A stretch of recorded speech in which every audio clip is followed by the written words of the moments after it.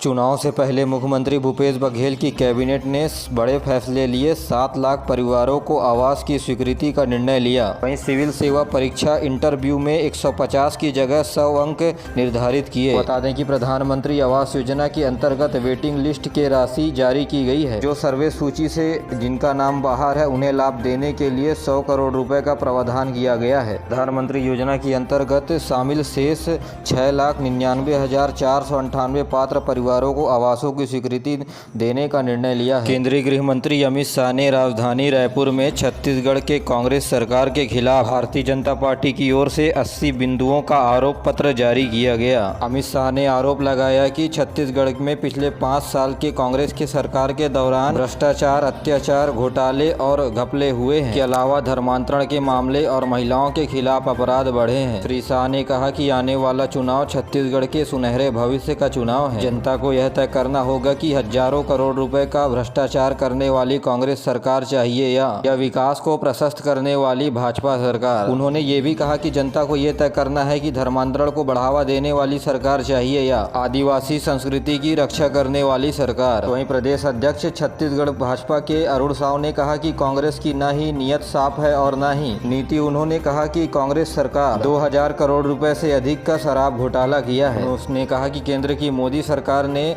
हर घर तक शुद्ध पेयजल पहुंचाने की योजना बनाई है, लेकिन राज्य की कांग्रेस सरकार इस योजना को सही तरीके से चला नहीं पा रही है। श्री साव ने कहा कि कांग्रेस के पिछले 10 सालों के केंद्र सरकार ने छत्तीसगढ़ को जितनी राशि देते थे उससे 4 गुना राशि मोदी सरकार छत्तीसगढ़ को दे रही है। अपने छत्तीसगढ़ प्रवास के दौरान महासमुंद के सरायपाली में स्थित खरेमान अर्जुंदा में होने वाले जनजातीय सम्मेलन को संबोधित करते हुए कहा, भारतीय जनता पार्टी ने छत्तीसगढ़ को बनाया और संभाला भी है। उन्होंने कहा कि जनजातीय कल्याण के लिए केंद्र सरकार ने कई महत्वपूर्ण कदम उठाए हैं। श्री साव ने कहा कि आदिवासियों का समावेशी विकास केंद्र सरकार की नीति है। आदिवासियों के कल्याण के लिए केंद्र सरकार ने बजट बढ़ाने का काम किया। तो वहीं केंद्रीय भारतीय जनता पार्टी ने 12 प्रकार के जनजातियों को अनुसूचित जाति की श्रेणी में डाला है, जिससे करीब 1.25 लाख जनजाति के लोग के बच्चे डॉक्टर या इंजीनियर बन सकेंगे।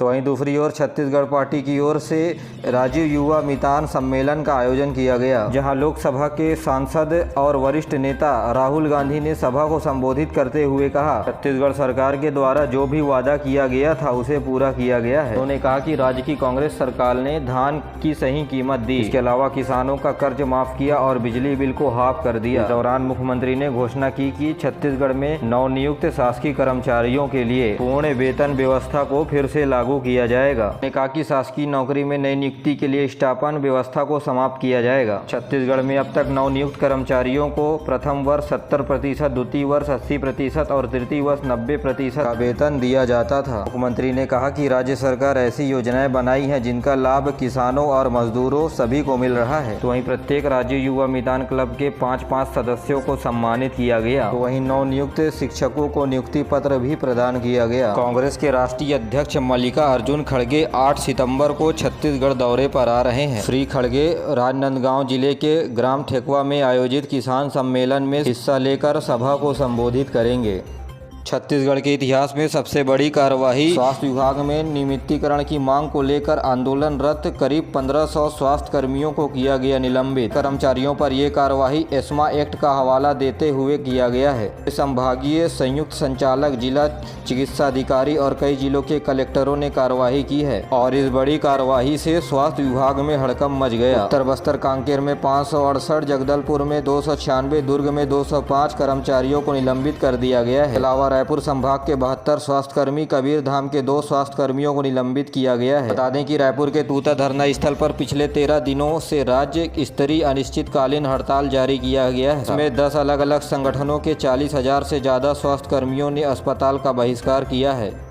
सट्टे का ऐसा जुनून कि बाबू ने झोंक दिए सरकार के 1.25 करोड़ रुपए। रकम हारने के बाद अफसरों को पत्र लिखकर किया खुलासा। आपको बता दें कि जुआ सट्टा के नशे में चूर होकर छत्तीसगढ़ सरकार के मत्स्य विभाग में पदस्थ सहायक ग्रेड 2 ने सरकार के 1.25 करोड़ रुपए सट्टे पर दांव लगा दिए। इस बात का खुलासा बाबू खुद विभागीय आला अधिकारियों को पत्र लिखकर की। मामला कोंडागांव और नारायणपुर जिले के मत्स्य विभाग का है, जहाँ संजय गड़ेपाल ने सरकार के 1 करोड़ 26 लाख रुपए के गमन का मामला सामने आया है।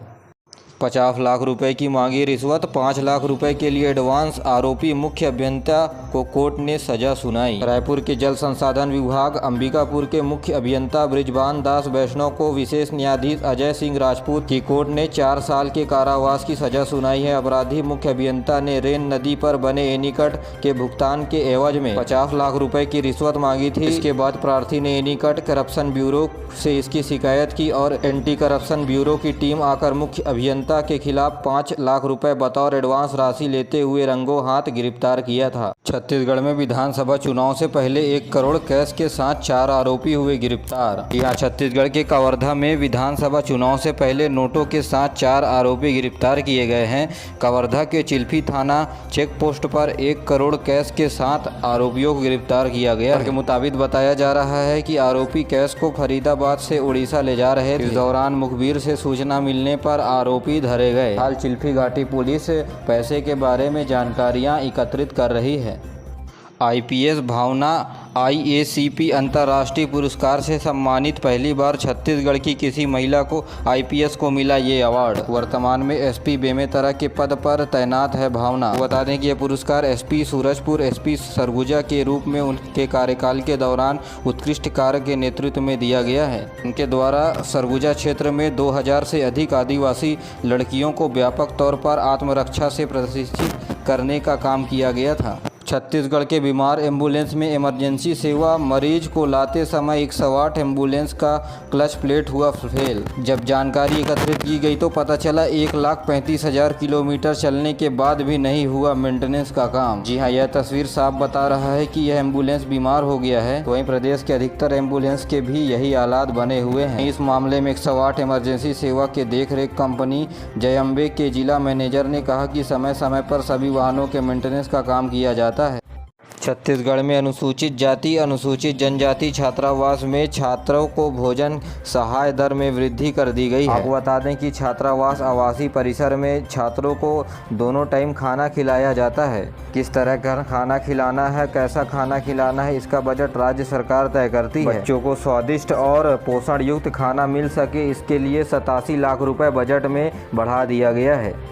छत्तीसगढ़ के सभी अस्पतालों और पुलिस विभाग में आपातकाल की सुविधा को बढ़ाने के लिए डायल 100-112 के लिए 400 नए वाहन खरीदने की मंजूरी मिली है। ये आपातकालीन स्थिति के दौरान तुरंत डॉक्टर या पुलिस पहुंच सके, इसके लिए वाहन की संख्या को बढ़ाया जा रहा है। इसके लिए मुख्यमंत्री ने वित्त विभाग से 33 करोड़ रुपए की स्वीकृति दी है। इन वाहनों से प्रदेश के सभी 33 जिलों को भेजा जाएगा। आपको बता दें कि 112 की सुविधा 2018 में कुल 11 जिलों में किया गया, जिसके लिए 252 वाहन खरीदे गए थे। छत्तीसगढ़ राज्य में बांधों की सुरक्षा और रखरखाव के लिए 50 नए पद सृजित किए गए हैं। जल संसाधन विभाग के नए पदों को मिली है अनुशंसा। इनमें से मुख्य अभियंता के 1 पद, साथ ही अधीक्षक अभियंता और अधीक्षण अभियंता विद्युत यांत्रिकी के 1 पद शामिल हैं। इसके अलावा बांध सुरक्षा संगठन के लिए पदों के सृजन किया गया है। इन पद को सृजन समिति की 3 बैठक अगस्त को हुई। इनमें अन्य पदों की बात करें तो कार्यपाल अभियंता, कार्यपालक अधिवक्ता विद्युत यांत्रिकी, भूविज्ञानी प्रतिनियुक्ति, सहायक अभियंता नागरिक, सहाय अभियंता नागरिक के अलावा सहायक वर्ग के 3 पद, 8 वाहन चालक के और चपरासी के 6 पदों का सिफारिश शामिल है। छत्तीसगढ़ राज्य का एकमात्र ला हिदायतुल्लाह यूनिवर्सिटी में छात्रा की मौत के मामले के बाद गरमा चुका है और इसी वजह से 3 सितंबर तक बंद रहेगी यूनिवर्सिटी। ABVP कार्यकर्ताओं ने किया हंगामा, कुलपति से मांगा इस्तीफा। हिदायतुल्लाह ला यूनिवर्सिटी में छात्रा की संदिग्ध मौत के मामला गरमाने के बाद ABVP कार्यकर्ताओं ने यूनिवर्सिटी के बाहर जमकर हंगामा किया और हिदायतुल्लाह ला यूनिवर्सिटी के कुलपति से इस्तीफे की मांग की। मिली जानकारी के मुताबिक मृतिका उर्वी भारद्वाज ला यूनिवर्सिटी में 9वें सेमेस्टर की छात्रा थी।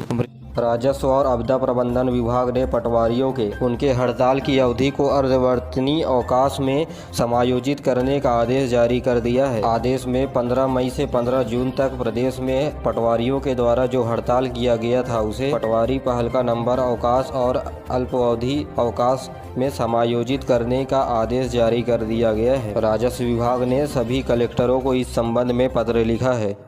कोंडागांव नगर परिषद में अध्यक्ष पद में होने वाले चुनाव के नतीजे जारी कर दिए गए हैं। चुनाव में कांग्रेस प्रत्याशी वर्षा यादव ने जीत हासिल की है। मतदान में कुल 22 पार्षदों ने हिस्सा लिया। जहां वर्षा यादव को 11 वोट प्राप्त हुए तो वहीं भारतीय जनता पार्टी को 10 वोट प्राप्त हुए। वहीं एक मत निरस्त हो गया। गौरतलब है कि कोंडागांव के नगर परिषद के तत्कालीन अध्यक्ष हेम कुंवर पटेल के निधन के बाद यह सीट खाली हो गई थी।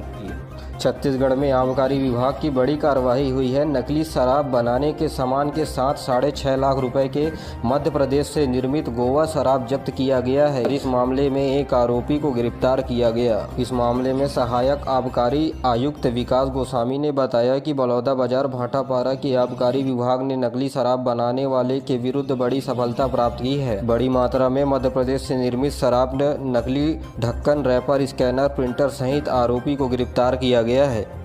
छत्तीसगढ़ के मुख्यमंत्री भूपेश बघेल ने छात्र हित पर एक बड़ा फैसला लिया है। 2 विषय में फेल होने पर अब पूरक यानी सप्लीमेंट्री की पात्रता मिलेगी। इससे पिछले सत्र में परीक्षा देने वाले 72,000 विद्यार्थियों को मिलेगा फायदा। छत्तीसगढ़ सरकार ने स्नातक यानी अंडर ग्रेजुएट छात्र छात्राओं को 2 विषय में पूरक पात्रता देने की मान्यता प्रदान की है। कोविड महामारी के दौरान प्रदेश भर में बैंडेड मोड पर यानी लिख कर जमा करने का तरीका यूनिवर्सिटी के द्वारा अपनाया गया था और इसी के परिणाम स्वरूप इस साल जब लिखित परीक्षा हुई तो बहुत से छात्र फेल हो गए।